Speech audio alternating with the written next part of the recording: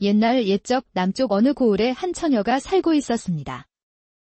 이름은 연희, 그러할 뿐이라는 이름처럼 세상을 있는 그대로만 받아들이는 아이였지요. 하지만 마을 사람들은 그녀를 그렇게 부르지 않았습니다. 그저 바보 연희, 칠푼이 연희라 불렀지요.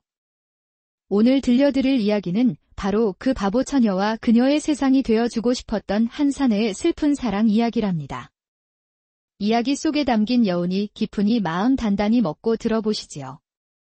연희가 사는 고을의 저작거리는 여느 시골 장터처럼 늘 사람들로 붐볐습니다. 옹기장수의 걸걸한 목소리와 엿장수의 흥겨운 가위소리가 뒤섞이고 아이들은 흙먼지를 일으키며 정신없이 뛰어다녔지요. 그 시끌벅적한 풍경 속 저작거리 한쪽 구석 낡은 쌀이나무 광주리를 앞에 두고 웅크리고 앉은 처녀 하나가 있었습니다. 바로 연희였습니다. 나이 20, 혼기가 꽉 찬 나이였지만 연희의 모습은 여느 처녀들과는 사뭇 달랐습니다. 때 묻은 무명저고리의 기운 치마, 부스스한 머리카락은 아무렇게나 묶여 있었고 얼굴에는 늘 희미한 미소가 걸려 있었지만 어딘지 모르게 넋이 나간 사람처럼 보이기도 했습니다. 연희는 몇 해 전 부모님을 여의고 홀로 남아 어머니께 어깨너머로 배운 솜씨로 쑥떡을 만들어 팔며 근근히 생계를 이어가고 있었습니다. 그녀의 떡은 맛이 좋기로 제법 이름이 나 있었지만 이상하게도 그녀의 손에는 늘 돈이 없었지요. 연희야, 이 미련퉁이야. 또 떡을 그냥 주었느냐? 저 맹랑한 꼬맹이 녀석들이 내 떡을 얼마나 공짜로 얻어먹었는지 아느냐? 옆자리에서 나무를 팔던 과부댁이 혀를 차며 타박했습니다.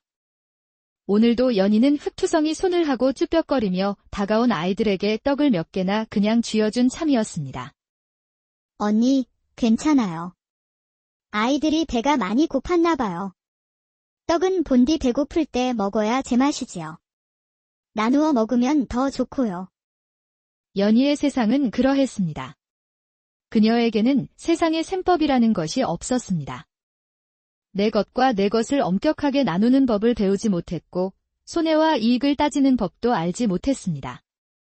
장터의 교활한 안악이 짐짓셈이 틀린 척 값을 덜 치러도 그녀는 고맙습니다. 안녕히 가세요. 하며 허리를 굽힐 뿐이었습니다. 그녀의 머릿속에는 속인다거나 빼앗는다는 복잡한 개념이 들어설 자리가 없었습니다. 그래서 사람들은 그녀를 바보, 칠푼이라 불렀습니다. 어떤 이들은 그녀의 어수룩함을 이용해 푼돈을 아꼈고 어떤 이들은 그녀의 순진함을 비웃으며 놀려댔습니다. 하지만 연희는 그런 것들에 마음을 쓰지 않았습니다. 안녕, 아가야. 오늘 아침은 춥지 않았니? 그녀는 굶주리면서도 길가에 핀 작은 들꽃에게 말을 걸었고 장터 구석에서 다리를 저는 떠돌이 개에게 자신의 몫으로 남겨둔 떡을 나눠주곤 했습니다. 그녀는 그저 세상 모든 것이 그러할 뿐이라고 당연하게 있는 그대로 받아들이며 살아가는 맑은 영혼의 소유자였습니다. 하지만 이 험한 세상에서 그런 맑은 영혼이 온전히 버텨내기란 마치 거센 바람 속에 핀 한 송이 연꽃처럼 위태로운 일이었습니다. 그런 연희를 저작거리 낡은 다리 밑에서 늘 지켜보는 눈이 있었습니다.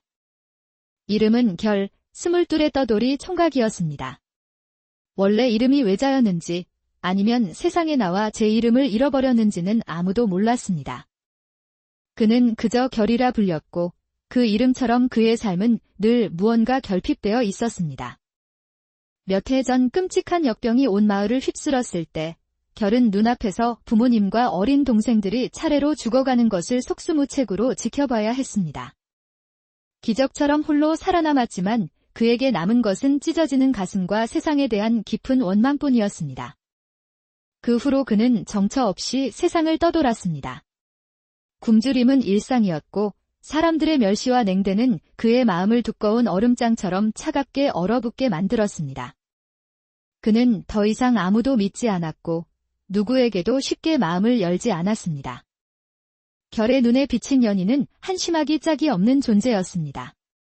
저리도 셈없이 착하고 순진하기만 하니 굶주리고 멸시당하며 사는 것이 당연하다고 생각했습니다. 그녀의 순수함은 이 험한 세상에서는 살아남기 위한 무기가 아니라 스스로를 파멸로 이끄는 독과 같아 보였습니다. 쯧쯧, 저러다가는 저 착해 빠진 심성마저 하이에나 같은 인간들에게 다 뜯어먹히고 말 텐데. 가여운 것, 세상 무서운 줄 모르고. 그것은 분명 연민이었지만 동시에 자신과 너무나 다른 연희의 모습에 대한 알 수 없는 이질감과 분노이기도 했습니다. 자신은 세상을 향해 굳게 마음의 빗장을 걸어 잠그고 살아남기 위해 발버둥 치고 있는데 저 처자는 마치 아무런 경계심 없이 맨몸으로 세상의 칼날 앞에 서 있는 것 같았기 때문입니다. 그는 애써 연희에게서 시선을 거두었습니다. 그녀의 바보 같은 순수함은 자신이 잊어버린 혹은 잃어버린 무언가를 자꾸만 떠올리게 해 마음을 불편하게 만들었습니다. 그는 세상에 대한 냉소와 불신을 더욱 단단히 걸어 잠그며 연희와 자신 사이에 보이지 않는 선을 그었습니다. 초겨울로 접어들어 찬바람이 뼛속까지 스며드는 날이었습니다. 결은 며칠째 아무것도 먹지 못해 기력이 쇠한 채 다리 밑에 웅크리고 있었습니다. 다 해진 집신은 이미 제 기능을 잃은 지 오래였고 집신 사이로 드러난 그의 발은 시뻘겋게 얼어붙어 감각조차 무뎌져 있었습니다. 그날도 연희는 마지막 남은 떡 한 덩이를 떠돌이 개에게 나눠주고 빈 광주리를 인 채 집으로 돌아가던 길이었습니다. 그녀의 눈에 다리 밑에서 미동도 없이 웅크리고 있는 결의 모습이 들어왔습니다. 혹시 무슨 변이라도 당한 것은 아닐까 걱정이 된 연희는 조심스럽게 그에게 다가갔습니다. 괜찮으세요? 결은 인기척에 고개를 들었습니다. 눈앞에 서 있는 것은 자신이 늘 한심하게 여기던 바보 처녀 연희였습니다. 신경 끄시오. 죽지 않았으니. 하지만 발이 많이 아프시겠어요. 온통 얼어서. 연희는 진심으로 안타까운 표정을 지으며 결의 상처투성이 발을 내려다보았습니다. 결은 낯선 이의 동정에 심사가 뒤틀렸습니다. 동정 따위는 그가 가장 혐오하는 것이었습니다. 그것은 자신을 약하고 무력한 존재로 만드는 것만 같았습니다. 걱정일랑 마시오. 내 발은 내가 알아서 할 테니. 정 그리 걱정이 되면 저작거리 비단 가게에서 제일 고운 꽃신이라도 한 켤레 사주던가. 그러면 내 당신의 그 가짜 동정을 받아주지. 그것은 터무니없는 비아냥이자 가난한 떡 파는 처녀에게는 명백한 모욕이었습니다. 하지만 연희는 달랐습니다. 그녀는 결의 말을 진심으로 받아들였습니다. 그녀의 셈없는 세상에서는 농담이나 비아냥 같은 복잡한 화법이 존재하지 않았기 때문입니다. 그녀는 결의 험한 말투 속에 숨겨진 고통과 외로움을 보았고 그에게 정말로 꽃신이 필요하다고 생각했습니다. 그날부터 연희는 달라졌습니다. 그녀는 떡을 팔아번 푼돈을 한 푼도 쓰지 않고 악착같이 모으기 시작했습니다. 아이들이 떡을 달라 조르면 미안하다며 고개를 숙였고 안악들이 값을 깎으려 하면 단호하게 안 된다고 말했습니다. 사람들은 연희가 변했다며 수군거렸지만 그녀는 아랑곳하지 않았습니다. 오직 결에게 꽃신을 사주겠다는 생각뿐이었습니다. 그리고 며칠 후 마침내 꽃신 한 짝을 살 돈이 모였습니다. 연희는 망설임 없이 비단 가게로 달려가 가장 곱고 튼튼해 보이는 붉은 꽃신 한 짝을 샀습니다. 그리고는 불이 나게 다리 밑으로 달려가 결에게 건넸습니다. 자요, 아저씨. 연희는 수줍게 웃으며 붉은 헝겊에 곱게 싼 꽃신 한 짝을 내밀었습니다. 아직 돈이 모자라서 한 짝밖에 못 샀어요. 나머지 한 짝도 꼭 사다 드릴게요. 조금만 기다려주세요. 결은 제 눈앞에 내밀어진 붉은 꽃신 한 짝을 보고는 어이가 없어서 말문이 막혔습니다. 난생 처음 받아보는 선물이었지만 이토록 황당한 선물은 처음이었습니다. 차라리 주먹밥 한 덩이를 주었다면 고맙게 받았을 것입니다. 하지만 달랑 한 짝뿐인 꽃신이라니. 이것은 동정이 아니라 자신을 기만하고 모욕하는 처사처럼 느껴졌습니다. 이보시오, 처자. 지금 나를 놀리는 것이오. 결의 목소리에는 분노가 서려 있었습니다. 신발이 한 짝만 있어서 무얼 한단 말이. 이따위 것을 주느니 차라리 주지 않는 편이 낫겠소. 결이 버럭 소리를 지르며 꽃신을 바닥에 내던지려 했습니다. 하지만 연희는 조금도 기죽지 않았습니다. 오히려 안타까운 표정으로 결을 말리며 영문을 모르겠다는 듯 해맑게 되물었습니다. 왜 화를 내세요? 신발은 원래 둘이 짝이잖아요. 그걸 누가 모른단 말이오. 그러니 왜 한 짝만 가져왔냐는 말이오. 결은 답답해서 가슴을 쳤습니다. 그러니까요. 연희는 마치 어린아이에게 당연한 이치를 설명하듯 차근차근 말했습니다. 나머지 한 짝은 제가 가지고 있을 거예요. 대체 왜? 그래야 아저씨가 이 꽃신을 신고 멀리 떠나지 않을 것 같아서요. 그리고 이 험한 길을 다니다가 다치지도 않을 것 같고요. 나머지 짝을 찾으러 꼭 다시 제게 돌아와야 하니까요. 순간 결의 모든 분노가 눈 녹듯이 사라졌습니다. 그는 멍하니 연희를 바라보았습니다. 연의 셈없는 순수함 속에 담긴 기이하고도 절박한 논리. 그것은 어설픈 동정이나 적선이 아니었습니다. 가족을 잃고 홀로 떠도는 자신을 붙잡아두고 자신의 안위를 진심으로 걱정하는 마음이었습니다. 한 번 인연을 맺은 사람을 결코 쉽게 놓지 않으려는 그녀만의 애틋하고 순수한 방식이었던 것입니다. 결은 평생 처음 겪어보는 그 조건 없는 순수한 진심 앞에서 두껍게 얼어붙었던 마음의 벽에 아주 작은 금이 가는 것을 느꼈습니다.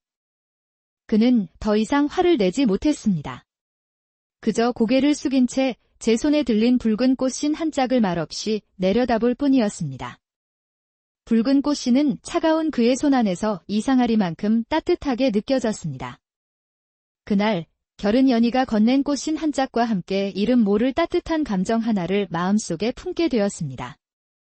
연희와 결의 서투른 인연이 그렇게 조심스럽게 시작될 무렵 고을의 실세 아전인 이방의 탐욕스러운 눈이 연희에게 향하고 있었습니다. 이방은 나이 40줄에 접어든 사내로 법과 규율을 교묘하게 이용하여 자신의 배를 불리는 데는 이골이 난 자였습니다. 겉으로는 인자하고 점잖은 척했지만 속은 음흉한 셈법으로 가득 차 있었지요.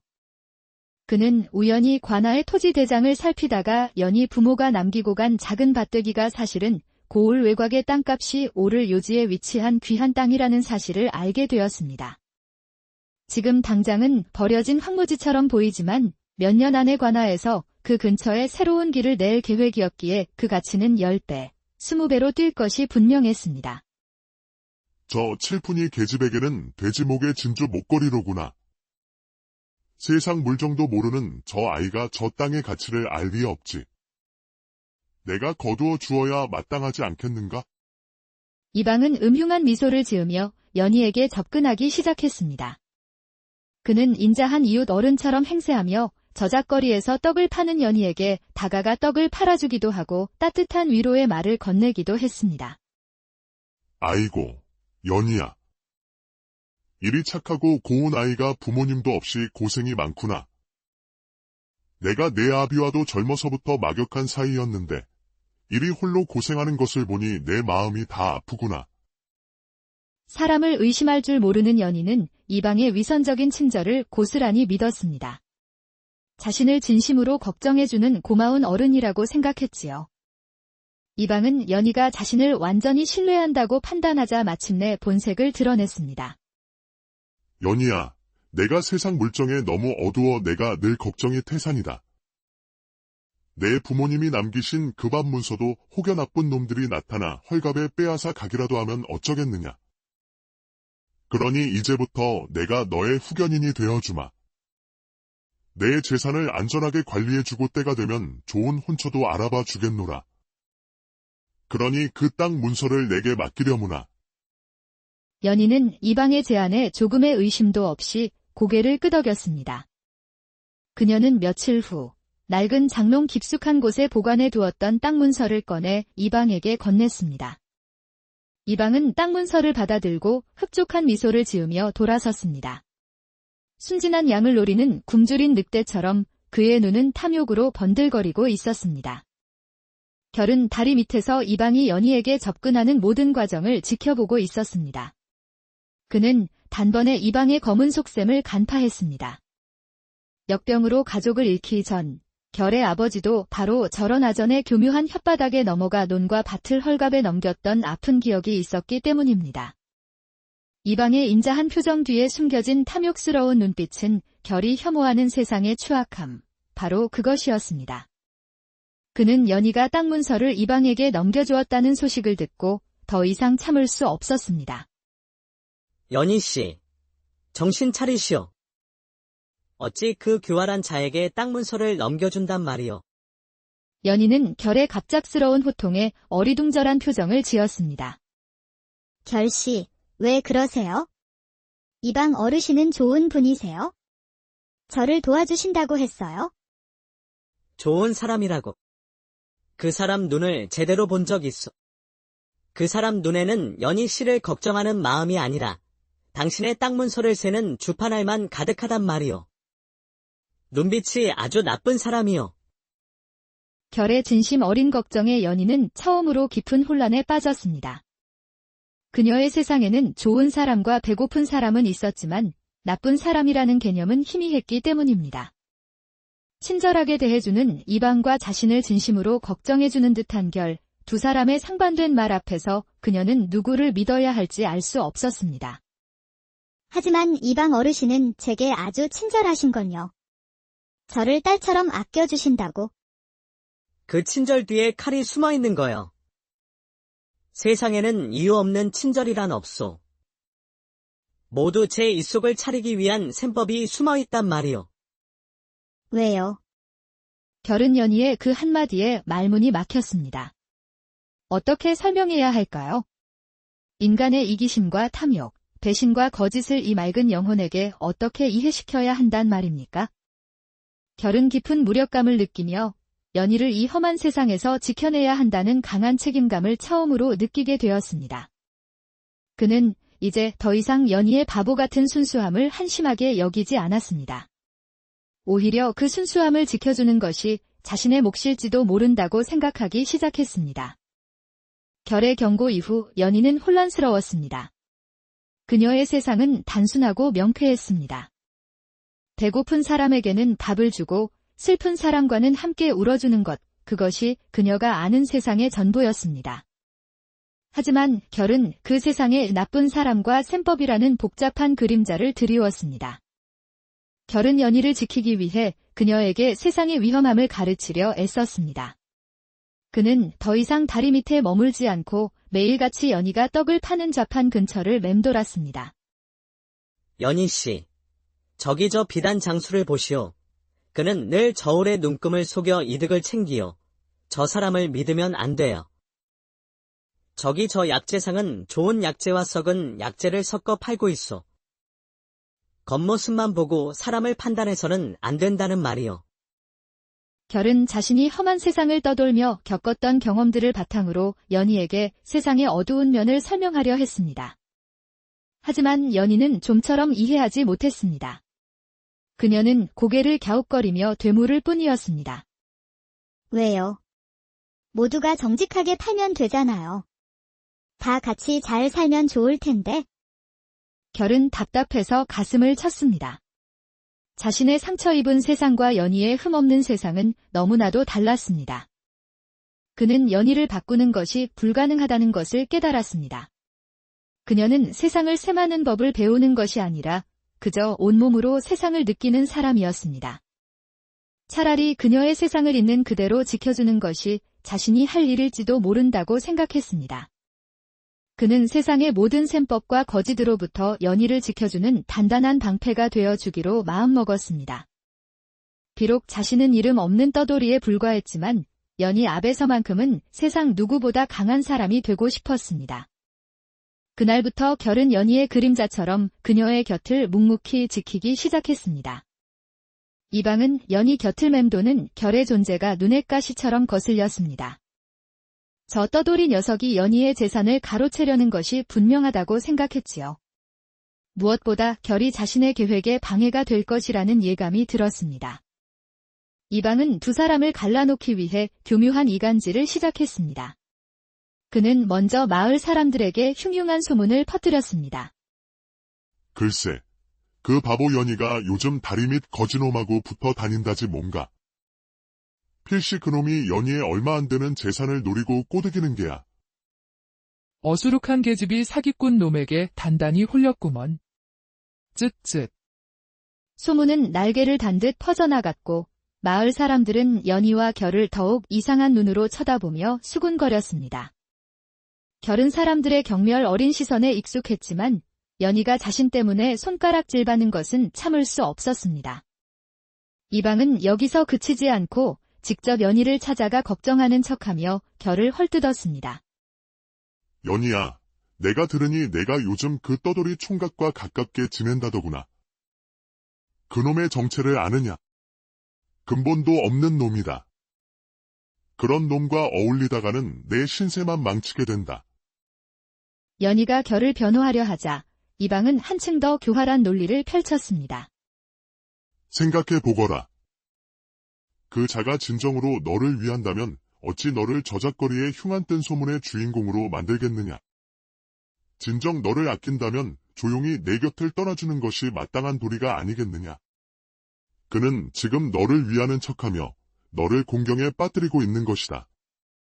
이방의 말은 연희의 순수한 마음에 큰 파문을 일으켰습니다. 그녀는 결이 자신을 지켜주고 있다고 믿었는데 어쩌면 이방의 말대로 결의 존재가 자신을 더욱 힘들게 하고 있는 것인지도 모른다는 생각이 들었습니다. 자신 때문에 연희가 마을 사람들의 입방아에 오르내리고 이방에게까지 시달리게 되자 결은 깊은 죄책감에 빠졌습니다. 내가 떠나는 것이 연희 씨를 위한 길일지도 모른다. 결은 괴로운 마음으로 연희를 떠나기로 결심했습니다. 그는 마지막 인사를 하기 위해 어두운 밤, 연희의 허름한 초가집을 찾아갔습니다. 연희 씨, 나는 이제 떠나야겠소. 나 때문에 더 이상 힘들어하는 모습을 볼 수가 없구려. 그의 말에 연희의 얼굴이 하얗게 질렸습니다. 그녀는 다급하게 결의 옷자락을 붙잡았습니다. 가지 마세요. 제발, 연희의 눈에는 눈물이 그렁그렁 맺혔습니다. 당신이 없으면 나는 정말로 바보가 될 것 같아요. 세상이 너무 무서워요. 연희의 절박한 외침은 결의 심장을 후벼 팠습니다. 그녀에게 자신은 험한 세상을 버티게 해주는 유일한 기둥이었던 것입니다. 그 순간 결은 깨달았습니다. 그녀를 위해 떠나는 것은 비겁한 도피일 뿐이라는 것을. 진정으로 그녀를 위한다면 세상의 모든 손가락질과 위험을 감수하고서라도 그녀의 곁을 지켜주어야 한다는 것을. 미안하오. 연희 씨, 내가 어리석었소. 당신을 두고 어디에도 가지 않겠소. 그는 연희의 눈물을 닦아주며 마치 맹세처럼 속삭였습니다. 그래, 내가 연희 씨의 세상이 되어 주겠소. 세상의 모든 험한 셈법으로부터 당신을 지켜주는 유일한 사람이 되어 주겠소. 그날 밤, 두 사람은 처음으로 서로의 마음을 확인했습니다. 세상이 그들을 어떻게 보든 상관없었습니다. 그들은 서로에게 유일한 세상이 되어주기로 약속했습니다. 결의 굳은 맹세 이후 두 사람의 관계는 이전과는 비교할 수 없을 만큼 깊어졌습니다. 결은 더 이상 연희의 주변을 맴도는 그림자가 아니었습니다. 그는 당당히 그녀의 곁에 서서 그녀를 보호하고 돌보았습니다. 굳은 날에는 바람을 막아주고 더운 날에는 그늘을 만들어 주었습니다. 짓궂은 아이들이 연희를 놀리려 하면 매서운 눈초리로 쫓아냈고 샘이 어두운 연희를 속이려는 안악이 있으면 점잖지만 단호하게 값을 바로잡아 주었습니다. 처음에는 두 사람을 바보와 거지라며 혀를 차던 마을 사람들도 결의 진심 어리고 헌신적인 모습을 보며 조금씩 시선을 바꾸기 시작했습니다. 무엇보다 연희의 얼굴에 찾아온 변화 때문이었습니다. 늘 어딘가 넋이 나간 듯 공허했던 그녀의 눈에 생기가 돌기 시작했고 입가에는 수줍지만 행복한 미소가 피어났습니다. 연희는 결의 곁에서 난생 처음으로 안정감이라는 것을 느꼈습니다.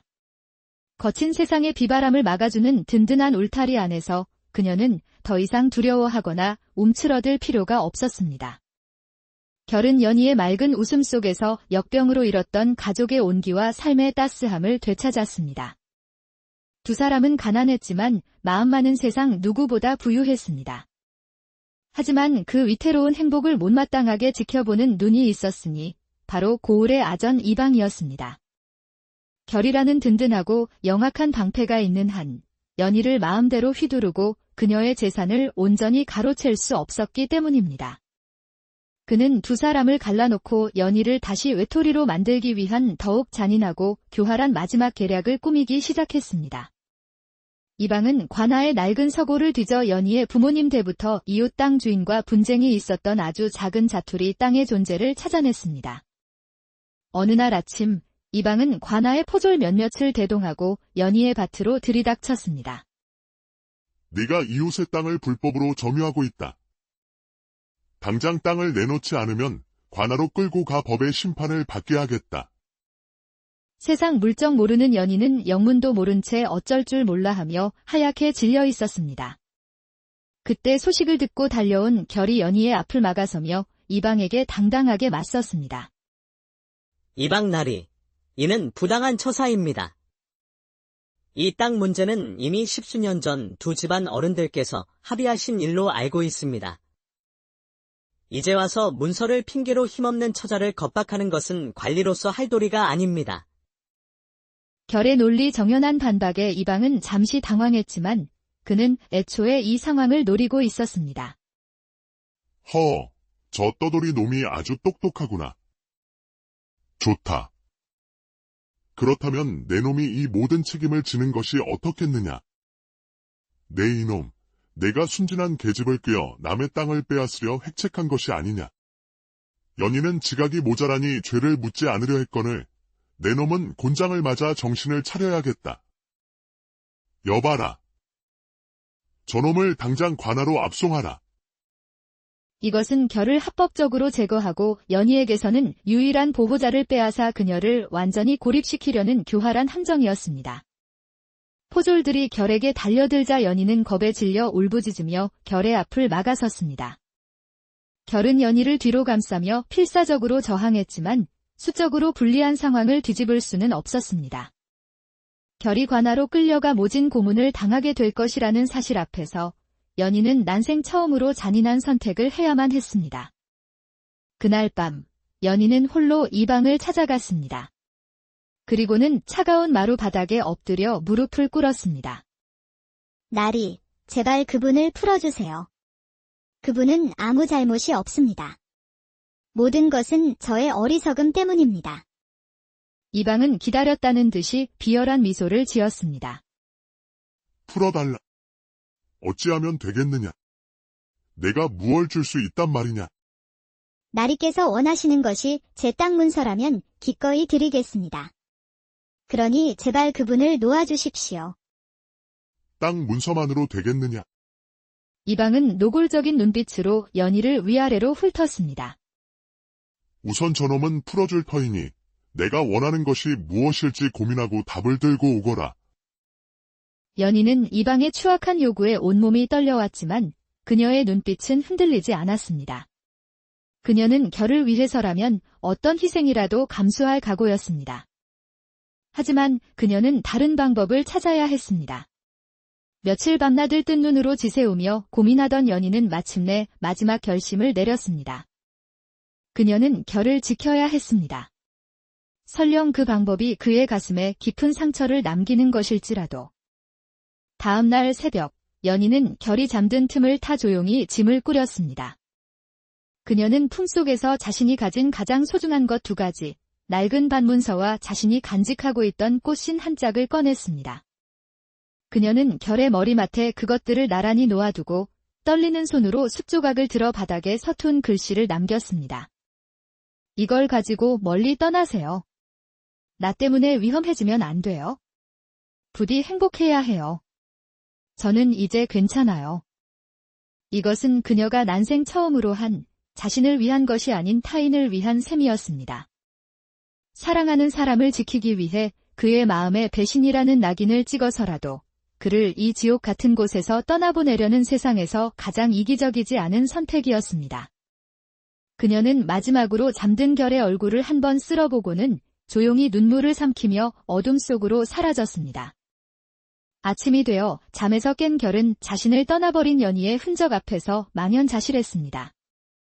바닥에 남겨진 서툰 글씨와 반문서, 그리고 나머지 꽃신 한 짝 결은 그제야 연희의 깊은 뜻을 깨닫고 오열했습니다. 몇 년 후, 결은 연희가 남긴 땅을 발판 삼아 큰 상인이 되었습니다. 그는 약속대로 고을로 돌아와 이방의 비리를 파헤쳐 죗값을 치르게 했습니다. 그리고 마침내 이웃 마을에서 조용히 살고 있던 연희를 찾아냈습니다. 두 사람은 재회의 눈물을 흘리며 온전한 한 켤레가 된 붉은 꽃신을 함께 나눠 신었습니다. 연희야, 결은 그녀의 이름을 다정하게 불러주며 햇살 속을 나란히 걸었습니다. 그들은 고을에서 가장 정직하고 마음씨 좋은 부부로 소문이 났습니다. 세월이 흘러 두 사람 사이에는 옥동자 같은 아들과 딸이 태어났습니다. 아이들의 웃음소리가 끊이지 않는 집 툇마루에 나란히 앉아 결은 종종 밤하늘의 달을 보며 연희에게 속삭였습니다. 연희야, 보시오. 예전에는 내 삶이 그림자조차 없는 반쪽 달 같았는데 이제 당신이라는 나머지 반쪽을 만나 온전한 보름달이 되었소. 연희는 남편의 어깨에 조용히 머리를 기댔습니다. 그녀의 발에는 그날의 기적을 가져다준 붉은 꽃신이 곱게 심겨져 있었지요. 세상이 버렸던 두 사람이 마침내 서로를 구원하고 하늘이 숨겨두었던 인연을 완성하는 순간이었습니다.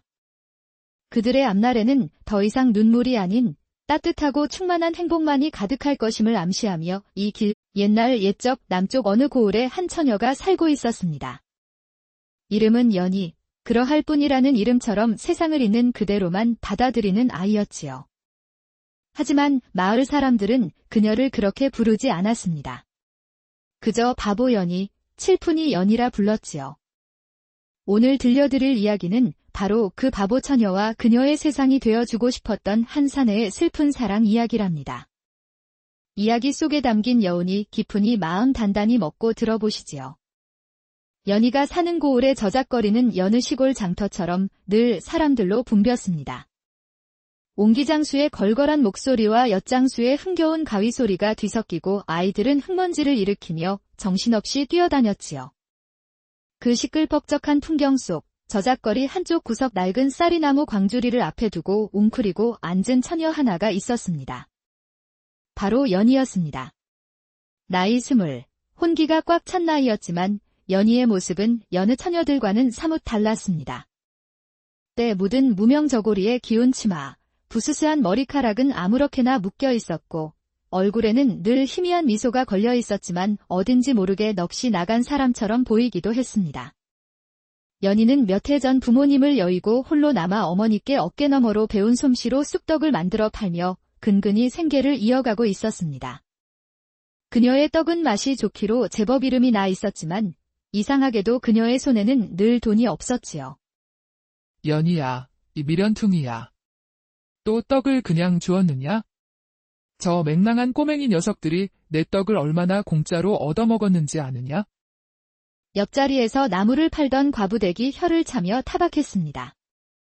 오늘도 연희는 흙투성이 손을 하고 쭈뼛거리며 다가온 아이들에게 떡을 몇 개나 그냥 쥐어준 참이었습니다. 언니, 괜찮아요. 아이들이 배가 많이 고팠나 봐요. 떡은 본디 배고플 때 먹어야 제맛이지요. 나누어 먹으면 더 좋고요. 연희의 세상은 그러했습니다. 그녀에게는 세상의 셈법이라는 것이 없었습니다. 내 것과 내 것을 엄격하게 나누는 법을 배우지 못했고 손해와 이익을 따지는 법도 알지 못했습니다. 장터의 교활한 안악이 짐짓셈이 틀린 척 값을 덜 치러도 그녀는 고맙습니다. 안녕히 가세요. 하며 허리를 굽힐 뿐이었습니다. 그녀의 머릿속에는 속인다거나 빼앗는다는 복잡한 개념이 들어설 자리가 없었습니다. 그래서 사람들은 그녀를 바보, 칠푼이라 불렀습니다. 어떤 이들은 그녀의 어수룩함을 이용해 푼돈을 아꼈고 어떤 이들은 그녀의 순진함을 비웃으며 놀려댔습니다. 하지만 연희는 그런 것들에 마음을 쓰지 않았습니다. 안녕, 아가야. 오늘 아침은 춥지 않았니? 그녀는 굶주리면서도 길가에 핀 작은 들꽃에게 말을 걸었고 장터 구석에서 다리를 저는 떠돌이 개에게 자신의 몫으로 남겨둔 떡을 나눠주곤 했습니다. 그녀는 그저 세상 모든 것이 그러할 뿐이라고 당연하게 있는 그대로 받아들이며 살아가는 맑은 영혼의 소유자였습니다. 하지만 이 험한 세상에서 그런 맑은 영혼이 온전히 버텨내기란 마치 거센 바람 속에 핀 한 송이 연꽃처럼 위태로운 일이었습니다. 그런 연희를 저작거리 낡은 다리 밑에서 늘 지켜보는 눈이 있었습니다. 이름은 결, 22의 떠돌이 총각이었습니다. 원래 이름이 외자였는지 아니면 세상에 나와 제 이름을 잃어버렸는지는 아무도 몰랐습니다. 그는 그저 결이라 불렸고 그 이름처럼 그의 삶은 늘 무언가 결핍되어 있었습니다. 몇 해 전 끔찍한 역병이 온 마을을 휩쓸었을 때 결은 눈앞에서 부모님과 어린 동생들이 차례로 죽어가는 것을 속수무책으로 지켜봐야 했습니다. 기적처럼 홀로 살아남았지만 그에게 남은 것은 찢어지는 가슴과 세상에 대한 깊은 원망뿐이었습니다. 그 후로 그는 정처 없이 세상을 떠돌았습니다. 굶주림은 일상이었고 사람들의 멸시와 냉대는 그의 마음을 두꺼운 얼음장처럼 차갑게 얼어붙게 만들었습니다. 그는 더 이상 아무도 믿지 않았고 누구에게도 쉽게 마음을 열지 않았습니다. 결의 눈에 비친 연희는 한심하기 짝이 없는 존재였습니다. 저리도 셈없이 착하고 순진하기만 하니 굶주리고 멸시당하며 사는 것이 당연하다고 생각했습니다. 그녀의 순수함은 이 험한 세상에서는 살아남기 위한 무기가 아니라 스스로를 파멸로 이끄는 독과 같아 보였습니다. 쯧쯧. 저러다가는 저 착해 빠진 심성마저 하이에나 같은 인간들에게 다 뜯어먹히고 말 텐데. 가여운 것. 세상 무서운 줄 모르고. 그것은 분명 연민이었지만 동시에 자신과 너무나 다른 연희의 모습에 대한 알 수 없는 이질감과 분노이기도 했습니다. 자신은 세상을 향해 굳게 마음의 빗장을 걸어 잠그고 살아남기 위해 발버둥 치고 있는데 저 처자는 마치 아무런 경계심 없이 맨몸으로 세상의 칼날 앞에 서 있는 것 같았기 때문입니다. 그는 애써 연희에게서 시선을 거두었습니다. 그녀의 바보 같은 순수함은 자신이 잊어버린 혹은 잃어버린 무언가를 자꾸만 떠올리게 해 마음을 불편하게 만들었습니다. 그는 세상에 대한 냉소와 불신을 더욱 단단히 걸어 잠그며 연희와 자신 사이에 보이지 않는 선을 그었습니다. 초겨울로 접어들어 찬바람이 뼛속까지 스며드는 날이었습니다. 결은 며칠째 아무것도 먹지 못해 기력이 쇠한 채 다리 밑에 웅크리고 있었습니다. 다 해진 집신은 이미 제 기능을 잃은 지 오래였고 집신 사이로 드러난 그의 발은 시뻘겋게 얼어붙어 감각조차 무뎌져 있었습니다. 그날도 연희는 마지막 남은 떡 한 덩이를 떠돌이 개에게 나눠주고 빈 광주리를 인 채 집으로 돌아가던 길이었습니다. 그녀의 눈에 다리 밑에서 미동도 없이 웅크리고 있는 결의 모습이 들어왔습니다. 혹시 무슨 변이라도 당한 것은 아닐까 걱정이 된 연희는 조심스럽게 그에게 다가갔습니다. 괜찮으세요? 결은 인기척에 고개를 들었습니다. 눈앞에 서 있는 것은 자신이 늘 한심하게 여기던 바보 처녀 연희였습니다. 신경 끄시오. 죽지 않았으니. 하지만 발이 많이 아프시겠어요. 온통 얼어서. 연희는 진심으로 안타까운 표정을 지으며 결의 상처투성이 발을 내려다보았습니다. 결은 낯선 이의 동정에 심사가 뒤틀렸습니다. 동정 따위는 그가 가장 혐오하는 것이었습니다. 그것은 자신을 약하고 무력한 존재로 만드는 것만 같았습니다. 걱정일랑 마시오. 내 발은 내가 알아서 할 테니. 정 그리 걱정이 되면 저작거리 비단 가게에서 제일 고운 꽃신이라도 한 켤레 사주던가. 그러면 내 당신의 그 가짜 동정을 받아주지. 그것은 터무니없는 비아냥이자 가난한 떡 파는 처녀에게는 명백한 모욕이었습니다. 하지만 연희는 달랐습니다. 그녀는 결의 말을 진심으로 받아들였습니다. 그녀의 셈없는 세상에서는 농담이나 비아냥 같은 복잡한 화법이 존재하지 않았기 때문입니다. 그녀는 결의 험한 말투 속에 숨겨진 고통과 외로움을 보았고 그에게 정말로 꽃신이 필요하다고 생각했습니다. 그날부터 연희는 달라졌습니다. 그녀는 떡을 팔아번 푼돈을 한 푼도 쓰지 않고 악착같이 모으기 시작했습니다. 아이들이 떡을 달라 조르면 미안하다며 고개를 숙였고 안악들이 값을 깎으려 하면 단호하게 안 된다고 말했습니다. 사람들은 연희가 변했다며 수군거렸지만 그녀는 아랑곳하지 않았습니다. 오직 결에게 꽃신을 사주겠다는 생각뿐이었습니다.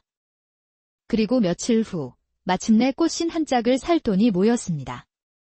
연희는 망설임 없이 비단 가게로 달려가 가장 곱고 튼튼해 보이는 붉은 꽃신 한 짝을 샀습니다. 그리고는 불이 나게 다리 밑으로 달려가 결에게 건넸습니다. 자요, 아저씨. 연희는 수줍게 웃으며 붉은 헝겊에 곱게 싼 꽃신 한 짝을 내밀었습니다. 아직 돈이 모자라서 한 짝밖에 못 샀어요. 나머지 한 짝도 꼭 사다 드릴게요.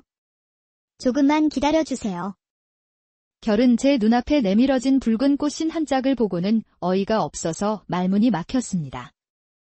난생 처음 받아보는 선물이었지만 이토록 황당한 선물은 처음이었습니다. 차라리 주먹밥 한 덩이를 주었다면 고맙게 받았을 것입니다. 하지만 달랑 한 짝뿐인 꽃신이라니. 이것은 동정이 아니라 자신을 기만하고 모욕하는 처사처럼 느껴졌습니다. 이보시오, 처자. 지금 나를 놀리는 것이오. 결의 목소리에는 분노가 서려 있었습니다. 신발이 한 짝만 있어서 무얼 한단 말이.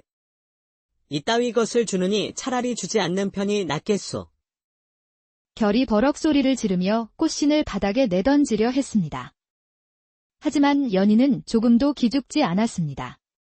오히려 안타까운 표정으로 결을 말리며 영문을 모르겠다는 듯 해맑게 되물었습니다. 왜 화를 내세요? 신발은 원래 둘이 짝이잖아요. 그걸 누가 모른단 말이오. 그러니 왜 한 짝만 가져왔냐는 말이오. 결은 답답해서 가슴을 쳤습니다. 그러니까요. 연희는 마치 어린아이에게 당연한 이치를 설명하듯 차근차근 말했습니다. 나머지 한 짝은 제가 가지고 있을 거예요. 대체 왜? 그래야 아저씨가 이 꽃신을 신고 멀리 떠나지 않을 것 같아서요. 그리고 이 험한 길을 다니다가 다치지도 않을 것 같고요. 나머지 짝을 찾으러 꼭 다시 제게 돌아와야 하니까요. 순간 결의 모든 분노가 눈 녹듯이 사라졌습니다. 그는 멍하니 연희를 바라보았습니다. 연의 셈없는 순수함 속에 담긴 기이하고도 절박한 논리. 그것은 어설픈 동정이나 적선이 아니었습니다. 가족을 잃고 홀로 떠도는 자신을 붙잡아두고 자신의 안위를 진심으로 걱정하는 마음이었습니다. 한 번 인연을 맺은 사람을 결코 쉽게 놓지 않으려는 그녀만의 애틋하고 순수한 방식이었던 것입니다.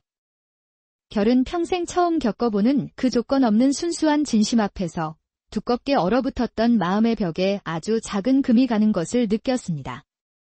그는 더 이상 화를 내지 못했습니다. 그저 고개를 숙인 채 제 손에 들린 붉은 꽃신 한 짝을 말없이 내려다볼 뿐이었습니다. 붉은 꽃신은 차가운 그의 손 안에서 이상하리만큼 따뜻하게 느껴졌습니다.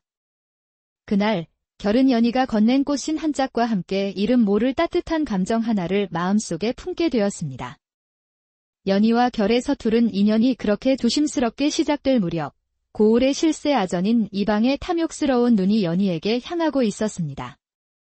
이방은 나이 40줄에 접어든 사내로 법과 규율을 교묘하게 이용하여 자신의 배를 불리는 데는 이골이 난 자였습니다. 겉으로는 인자하고 점잖은 척했지만 속은 음흉한 셈법으로 가득 차 있었지요. 그는 우연히 관아의 토지 대장을 살피다가 연희 부모가 남기고 간 작은 밭되기가 사실은 고을 외곽의 땅값이 오를 요지에 위치한 귀한 땅이라는 사실을 알게 되었습니다. 지금 당장은 버려진 황무지처럼 보이지만 몇 년 안에 관아에서 그 근처에 새로운 길을 낼 계획이었기에 그 가치는 10배, 20배로 뛸 것이 분명했습니다. 저 칠푼이 계집에게는 돼지목의 진주 목걸이로구나. 세상 물정도 모르는 저 아이가 저 땅의 가치를 알 리 없지. 내가 거두어 주어야 마땅하지 않겠는가? 이방은 음흉한 미소를 지으며 연희에게 접근하기 시작했습니다. 그는 인자한 이웃 어른처럼 행세하며 저작거리에서 떡을 파는 연희에게 다가가 떡을 팔아주기도 하고 따뜻한 위로의 말을 건네기도 했습니다. 아이고, 연희야. 이리 착하고 고운 아이가 부모님도 없이 고생이 많구나. 내가 내 아비와도 젊어서부터 막역한 사이였는데 이리 홀로 고생하는 것을 보니 내 마음이 다 아프구나. 사람을 의심할 줄 모르는 연희는 이방의 위선적인 친절을 고스란히 믿었습니다. 자신을 진심으로 걱정해주는 고마운 어른이라고 생각했지요. 이방은 연희가 자신을 완전히 신뢰한다고 판단하자 마침내 본색을 드러냈습니다. 연희야, 내가 세상 물정에 너무 어두워 내가 늘 걱정이 태산이다. 내 부모님이 남기신 그 밥 문서도 혹여 나쁜 놈들이 나타나 헐갑에 빼앗아 가기라도 하면 어쩌겠느냐. 그러니 이제부터 내가 너의 후견인이 되어주마. 내 재산을 안전하게 관리해주고 때가 되면 좋은 혼처도 알아봐 주겠노라. 그러니 그 땅 문서를 내게 맡기려무나. 연희는 이방의 제안에 조금의 의심도 없이 고개를 끄덕였습니다. 그녀는 며칠 후 낡은 장롱 깊숙한 곳에 보관해 두었던 땅 문서를 꺼내 이방에게 건넸습니다. 이방은 땅 문서를 받아들고 흡족한 미소를 지으며 돌아섰습니다. 순진한 양을 노리는 굶주린 늑대처럼 그의 눈은 탐욕으로 번들거리고 있었습니다. 결은 다리 밑에서 이방이 연희에게 접근하는 모든 과정을 지켜보고 있었습니다. 그는 단번에 이방의 검은 속셈을 간파했습니다.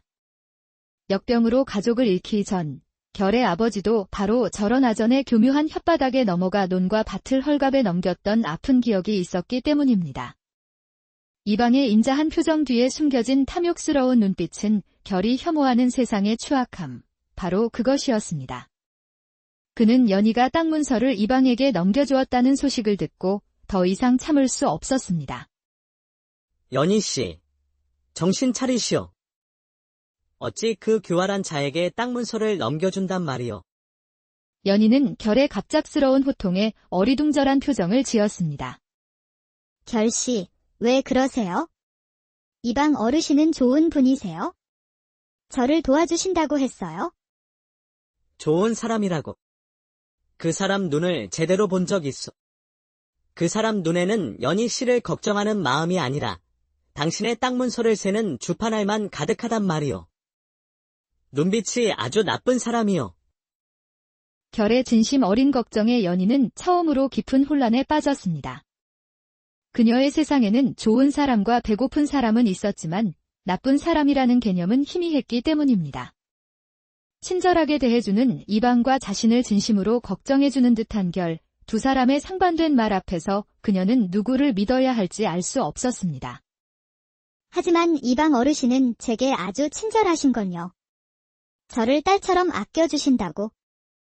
그 친절 뒤에 칼이 숨어 있는 거요. 세상에는 이유 없는 친절이란 없소. 모두 제 입속을 차리기 위한 셈법이 숨어 있단 말이오. 왜요? 결은 연희의 그 한마디에 말문이 막혔습니다. 어떻게 설명해야 할까요? 인간의 이기심과 탐욕, 배신과 거짓을 이 맑은 영혼에게 어떻게 이해시켜야 한단 말입니까? 결은 깊은 무력감을 느끼며 연희를 이 험한 세상에서 지켜내야 한다는 강한 책임감을 처음으로 느끼게 되었습니다. 그는 이제 더 이상 연희의 바보 같은 순수함을 한심하게 여기지 않았습니다. 오히려 그 순수함을 지켜주는 것이 자신의 몫일지도 모른다고 생각하기 시작했습니다. 결의 경고 이후 연희는 혼란스러웠습니다. 그녀의 세상은 단순하고 명쾌했습니다. 배고픈 사람에게는 밥을 주고 슬픈 사람과는 함께 울어주는 것, 그것이 그녀가 아는 세상의 전부였습니다. 하지만 결은 그 세상의 나쁜 사람과 셈법이라는 복잡한 그림자를 드리웠습니다. 결은 연희를 지키기 위해 그녀에게 세상의 위험함을 가르치려 애썼습니다. 그는 더 이상 다리 밑에 머물지 않고 매일같이 연희가 떡을 파는 좌판 근처를 맴돌았습니다. 연희 씨, 저기 저 비단 장수를 보시오. 그는 늘 저울의 눈금을 속여 이득을 챙기요. 저 사람을 믿으면 안 돼요. 저기 저 약재상은 좋은 약재와 썩은 약재를 섞어 팔고 있어. 겉모습만 보고 사람을 판단해서는 안 된다는 말이요. 결은 자신이 험한 세상을 떠돌며 겪었던 경험들을 바탕으로 연희에게 세상의 어두운 면을 설명하려 했습니다. 하지만 연희는 좀처럼 이해하지 못했습니다. 그녀는 고개를 갸웃거리며 되물을 뿐이었습니다. 왜요? 모두가 정직하게 팔면 되잖아요. 다 같이 잘 살면 좋을 텐데. 결은 답답해서 가슴을 쳤습니다. 자신의 상처 입은 세상과 연희의 흠없는 세상은 너무나도 달랐습니다. 그는 연희를 바꾸는 것이 불가능하다는 것을 깨달았습니다. 그녀는 세상을 셈하는 법을 배우는 것이 아니라 그저 온몸으로 세상을 느끼는 사람이었습니다. 차라리 그녀의 세상을 있는 그대로 지켜주는 것이 자신이 할 일일지도 모른다고 생각했습니다. 그는 세상의 모든 셈법과 거짓으로부터 연희를 지켜주는 단단한 방패가 되어주기로 마음먹었습니다. 비록 자신은 이름 없는 떠돌이에 불과했지만 연희 앞에서만큼은 세상 누구보다 강한 사람이 되고 싶었습니다. 그날부터 결은 연희의 그림자처럼 그녀의 곁을 묵묵히 지키기 시작했습니다. 이방은 연희 곁을 맴도는 결의 존재가 눈의 가시처럼 거슬렸습니다. 저 떠돌이 녀석이 연희의 재산을 가로채려는 것이 분명하다고 생각했지요. 무엇보다 결이 자신의 계획에 방해가 될 것이라는 예감이 들었습니다. 이방은 두 사람을 갈라놓기 위해 교묘한 이간질을 시작했습니다. 그는 먼저 마을 사람들에게 흉흉한 소문을 퍼뜨렸습니다. 글쎄, 그 바보 연희가 요즘 다리 및 거지놈하고 붙어 다닌다지 뭔가. 필시 그놈이 연희의 얼마 안 되는 재산을 노리고 꼬드기는 게야. 어수룩한 계집이 사기꾼 놈에게 단단히 홀렸구먼. 쯧쯧. 소문은 날개를 단 듯 퍼져나갔고 마을 사람들은 연희와 결을 더욱 이상한 눈으로 쳐다보며 수군거렸습니다. 결은 사람들의 경멸 어린 시선에 익숙했지만 연희가 자신 때문에 손가락질 받는 것은 참을 수 없었습니다. 이방은 여기서 그치지 않고 직접 연희를 찾아가 걱정하는 척하며 결을 헐뜯었습니다. 연희야, 내가 들으니 내가 요즘 그 떠돌이 총각과 가깝게 지낸다더구나. 그놈의 정체를 아느냐? 근본도 없는 놈이다. 그런 놈과 어울리다가는 내 신세만 망치게 된다. 연희가 결을 변호하려 하자 이방은 한층 더 교활한 논리를 펼쳤습니다. 생각해보거라. 그 자가 진정으로 너를 위한다면 어찌 너를 저작거리의 흉한 뜬 소문의 주인공으로 만들겠느냐. 진정 너를 아낀다면 조용히 내 곁을 떠나주는 것이 마땅한 도리가 아니겠느냐. 그는 지금 너를 위하는 척하며 너를 공경에 빠뜨리고 있는 것이다. 이방의 말은 연희의 순수한 마음에 큰 파문을 일으켰습니다. 그녀는 결이 자신을 지켜주고 있다고 믿었는데 어쩌면 이방의 말대로 결의 존재가 자신을 더욱 힘들게 하고 있는 것인지도 모른다는 생각이 들었습니다. 자신 때문에 연희가 마을 사람들의 입방아에 오르내리고 이방에게까지 시달리게 되자 결은 깊은 죄책감에 빠졌습니다. 내가 떠나는 것이 연희 씨를 위한 길일지도 모른다. 결은 괴로운 마음으로 연희를 떠나기로 결심했습니다. 그는 마지막 인사를 하기 위해 어두운 밤, 연희의 허름한 초가집을 찾아갔습니다. 연희 씨, 나는 이제 떠나야겠소. 나 때문에 더 이상 힘들어하는 모습을 볼 수가 없구려. 그의 말에 연희의 얼굴이 하얗게 질렸습니다. 그녀는 다급하게 결의 옷자락을 붙잡았습니다. 가지 마세요. 제발, 연희의 눈에는 눈물이 그렁그렁 맺혔습니다. 당신이 없으면 나는 정말로 바보가 될 것 같아요. 세상이 너무 무서워요. 연희의 절박한 외침은 결의 심장을 후벼 팠습니다. 그녀에게 자신은 험한 세상을 버티게 해주는 유일한 기둥이었던 것입니다. 그 순간 결은 깨달았습니다. 그녀를 위해 떠나는 것은 비겁한 도피일 뿐이라는 것을. 진정으로 그녀를 위한다면 세상의 모든 손가락질과 위험을 감수하고서라도 그녀의 곁을 지켜주어야 한다는 것을. 미안하오. 연희 씨, 내가 어리석었소. 당신을 두고 어디에도 가지 않겠소? 그는 연희의 눈물을 닦아주며 마치 맹세처럼 속삭였습니다. 그래, 내가 연희 씨의 세상이 되어 주겠소. 세상의 모든 험한 셈법으로부터 당신을 지켜주는 유일한 사람이 되어 주겠소. 그날 밤, 두 사람은 처음으로 서로의 마음을 확인했습니다. 세상이 그들을 어떻게 보든 상관없었습니다. 그들은 서로에게 유일한 세상이 되어주기로 약속했습니다. 결의 굳은 맹세 이후 두 사람의 관계는 이전과는 비교할 수 없을 만큼 깊어졌습니다. 결은 더 이상 연희의 주변을 맴도는 그림자가 아니었습니다. 그는 당당히 그녀의 곁에 서서 그녀를 보호하고 돌보았습니다. 궂은 날에는 바람을 막아주고 더운 날에는 그늘을 만들어 주었습니다. 짓궂은 아이들이 연희를 놀리려 하면 매서운 눈초리로 쫓아냈고 샘이 어두운 연희를 속이려는 안악이 있으면 점잖지만 단호하게 값을 바로잡아 주었습니다. 처음에는 두 사람을 바보와 거지라며 혀를 차던 마을 사람들도 결의 진심 어리고 헌신적인 모습을 보며 조금씩 시선을 바꾸기 시작했습니다. 무엇보다 연희의 얼굴에 찾아온 변화 때문이었습니다. 늘 어딘가 넋이 나간 듯 공허했던 그녀의 눈에 생기가 돌기 시작했고 입가에는 수줍지만 행복한 미소가 피어났습니다. 연희는 결의 곁에서 난생 처음으로 안정감이라는 것을 느꼈습니다. 거친 세상의 비바람을 막아주는 든든한 울타리 안에서 그녀는 더 이상 두려워하거나 움츠러들 필요가 없었습니다. 결은 연희의 맑은 웃음 속에서 역병으로 잃었던 가족의 온기와 삶의 따스함을 되찾았습니다. 두 사람은 가난했지만 마음 많은 세상 누구보다 부유했습니다. 하지만 그 위태로운 행복을 못마땅하게 지켜보는 눈이 있었으니 바로 고을의 아전 이방이었습니다. 결이라는 든든하고 영악한 방패가 있는 한 연희를 마음대로 휘두르고 그녀의 재산을 온전히 가로챌 수 없었기 때문입니다. 그는 두 사람을 갈라놓고 연희를 다시 외톨이로 만들기 위한 더욱 잔인하고 교활한 마지막 계략을 꾸미기 시작했습니다. 이방은 관아의 낡은 서고를 뒤져 연희의 부모님 때부터 이웃 땅 주인과 분쟁이 있었던 아주 작은 자투리 땅의 존재를 찾아냈습니다.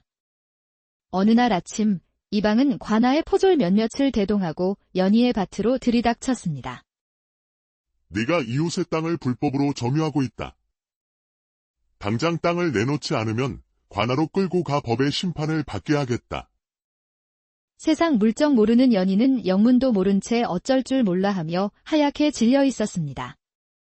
그때 소식을 듣고 달려온 결이 연희의 앞을 막아서며 이방에게 당당하게 맞섰습니다. 이방 나리, 이는 부당한 처사입니다. 이 땅 문제는 이미 십수년 전 두 집안 어른들께서 합의하신 일로 알고 있습니다. 이제 와서 문서를 핑계로 힘없는 처자를 겁박하는 것은 관리로서 할 도리가 아닙니다. 결의 논리 정연한 반박에 이방은 잠시 당황했지만 그는 애초에 이 상황을 노리고 있었습니다. 저 떠돌이 놈이 아주 똑똑하구나. 좋다. 그렇다면 내 놈이 이 모든 책임을 지는 것이 어떻겠느냐. 내 이놈, 내가 순진한 계집을 꿰어 남의 땅을 빼앗으려 획책한 것이 아니냐. 연희는 지각이 모자라니 죄를 묻지 않으려 했거늘 내 놈은 곤장을 맞아 정신을 차려야겠다. 여봐라. 저놈을 당장 관아로 압송하라. 이것은 결을 합법적으로 제거하고 연희에게서는 유일한 보호자를 빼앗아 그녀를 완전히 고립시키려는 교활한 함정이었습니다. 포졸들이 결에게 달려들자 연희는 겁에 질려 울부짖으며 결의 앞을 막아섰습니다. 결은 연희를 뒤로 감싸며 필사적으로 저항했지만 수적으로 불리한 상황을 뒤집을 수는 없었습니다. 결이 관아로 끌려가 모진 고문을 당하게 될 것이라는 사실 앞에서 연희는 난생 처음으로 잔인한 선택을 해야만 했습니다. 그날 밤 연희는 홀로 이방을 찾아갔습니다. 그리고는 차가운 마루 바닥에 엎드려 무릎을 꿇었습니다. 나리, 제발 그분을 풀어주세요. 그분은 아무 잘못이 없습니다. 모든 것은 저의 어리석음 때문입니다. 이방은 기다렸다는 듯이 비열한 미소를 지었습니다. 풀어달라. 어찌하면 되겠느냐. 내가 무얼 줄 수 있단 말이냐. 나리께서 원하시는 것이 제 땅 문서라면 기꺼이 드리겠습니다. 그러니 제발 그분을 놓아주십시오. 땅 문서만으로 되겠느냐. 이방은 노골적인 눈빛으로 연희를 위아래로 훑었습니다. 우선 저놈은 풀어줄 터이니 내가 원하는 것이 무엇일지 고민하고 답을 들고 오거라. 연희는 이방의 추악한 요구에 온몸이 떨려왔지만 그녀의 눈빛은 흔들리지 않았습니다. 그녀는 결을 위해서라면 어떤 희생이라도 감수할 각오였습니다. 하지만 그녀는 다른 방법을 찾아야 했습니다.